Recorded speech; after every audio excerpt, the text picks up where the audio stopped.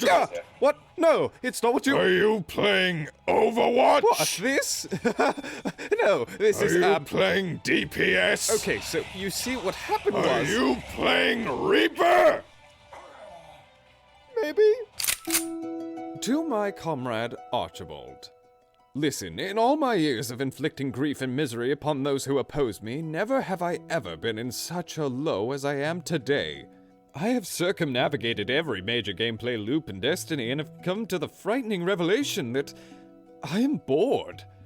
Yes, there has been issues in the past with certain weapons and sandbox balance issues, but truly this has been one of the lowest lows I've ever felt.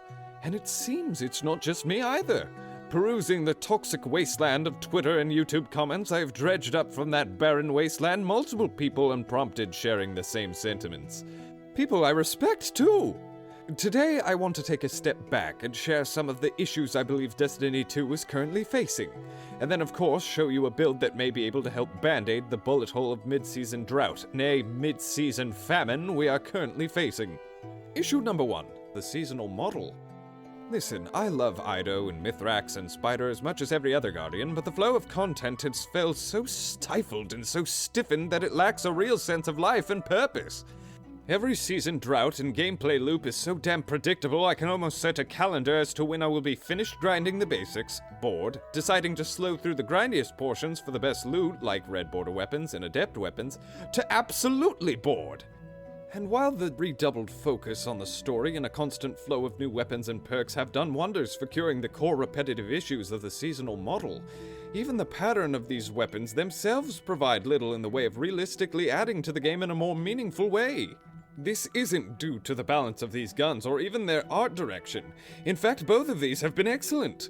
It's just that adding weapons to the sandbox does not by itself create a long-lasting and significant engagement.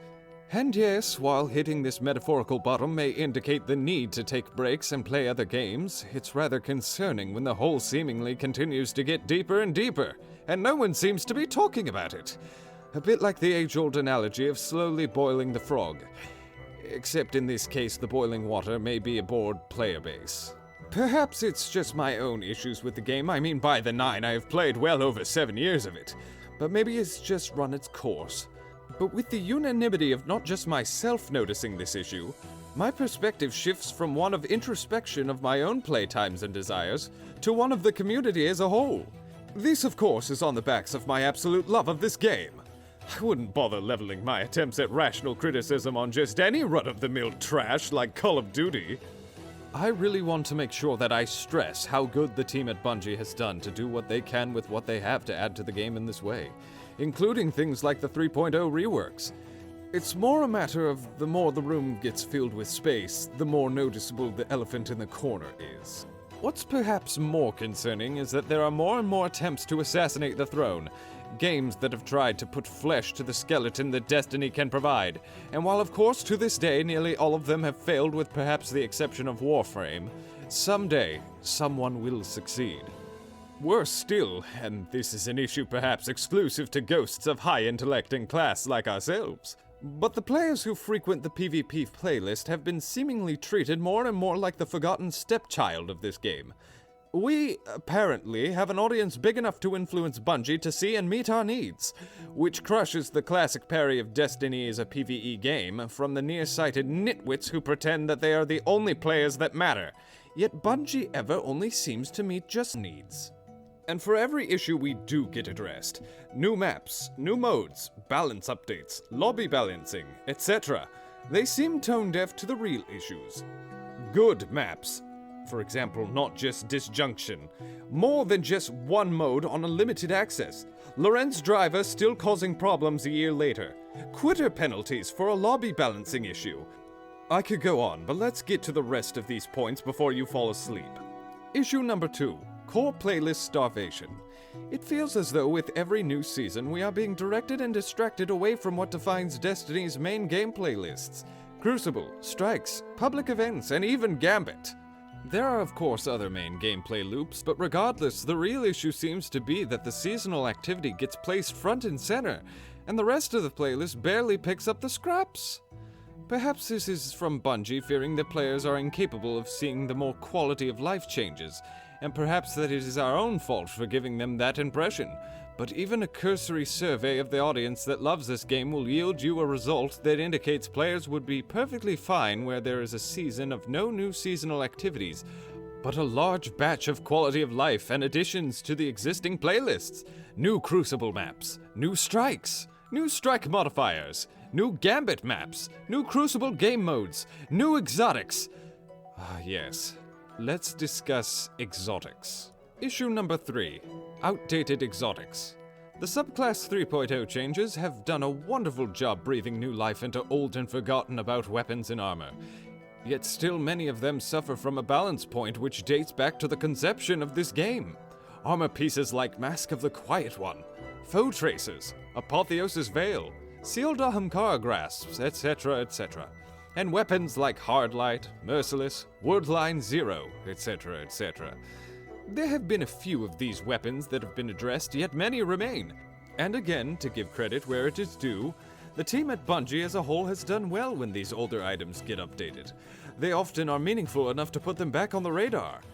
But the drip-fed updates to these often feel like a pimple on the face of what is overall a well-balanced sandbox. These wouldn't really be an issue if these exotic balance problems weren't old enough to be attending preschool.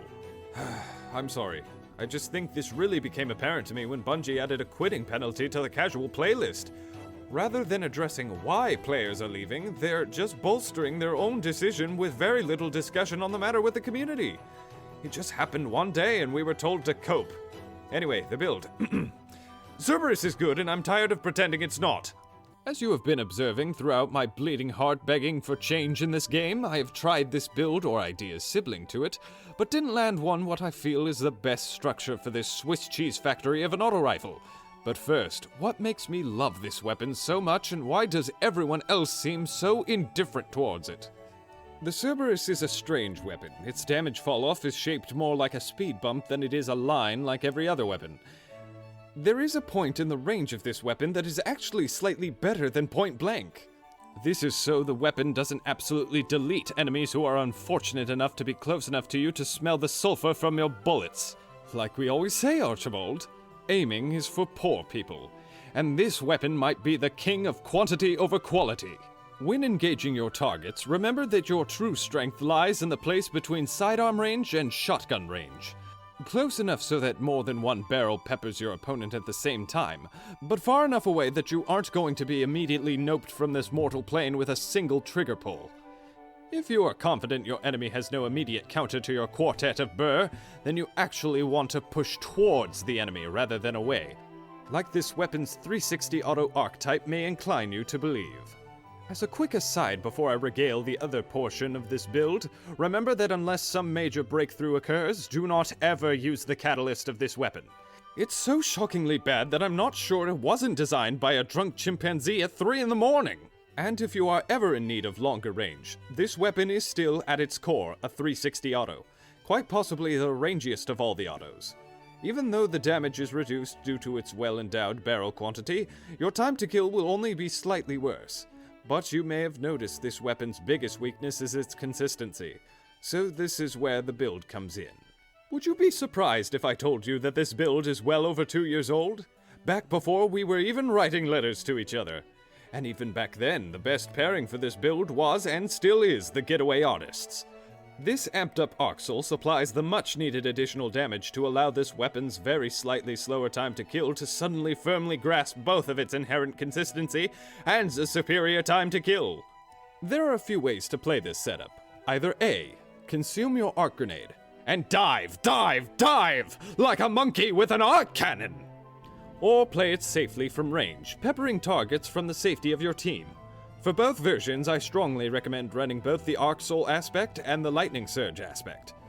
We aren't planning on getting amped very often except from our grenade-flavored entree, so trying to play around Ionic Traces is likely a waste of time. And can we just be blunt and say that the Lightning Surge melee is criminally strong? For your fragments, resistance, frequency, focus, and recharge.